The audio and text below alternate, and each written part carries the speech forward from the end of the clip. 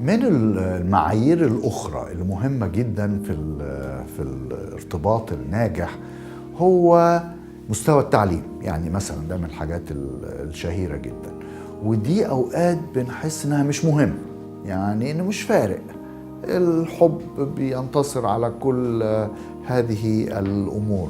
الحقيقة لا، مستوى التعليم بيفرق جدا. من الحاجات اللي لما بنشوف مشاكل الجواز بنلاقي الاختلاف في مستوى التعليم بيبقى من الأمور التي تسبب خلافات. يعني من الصعب جدا ان واحد يبقى مثلا مستوى ثانوي ويتجوز واحدة من مستوى جامعة.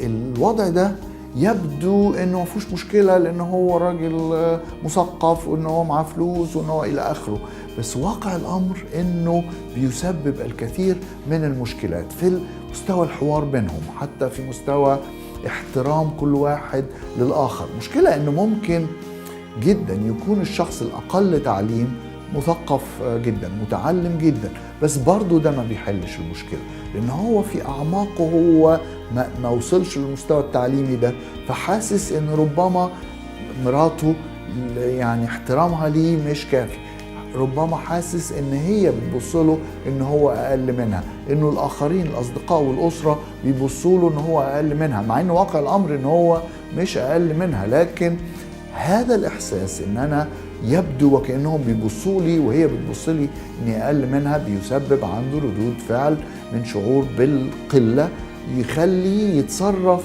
بطريقة تجاهها، انه يمكن يبقى بيضغط عليها، عايز يوريها ان هو تكوني فاكرة نفسك انك انت يعني فاهمة اكتر مني لانك انت متعلمة اكتر، وعايز ينعزل عن المجتمع اللي بينظر ليه ان هو اقل منها. الموقف بيبقى صعب.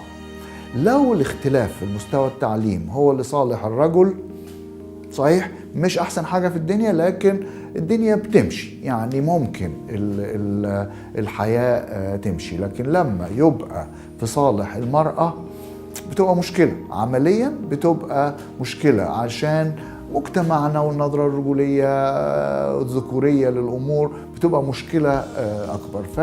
فيفضل إن احنا نأخذ هذا الأمر في الاعتبار، إنه يبقى زي بعض في المستوى التعليمي، ولو كان في فرق للأسف، معلش يا بنات، بس للأسف لو كان في فرق يبقى لصالح الولد مش لصالح الفتاة.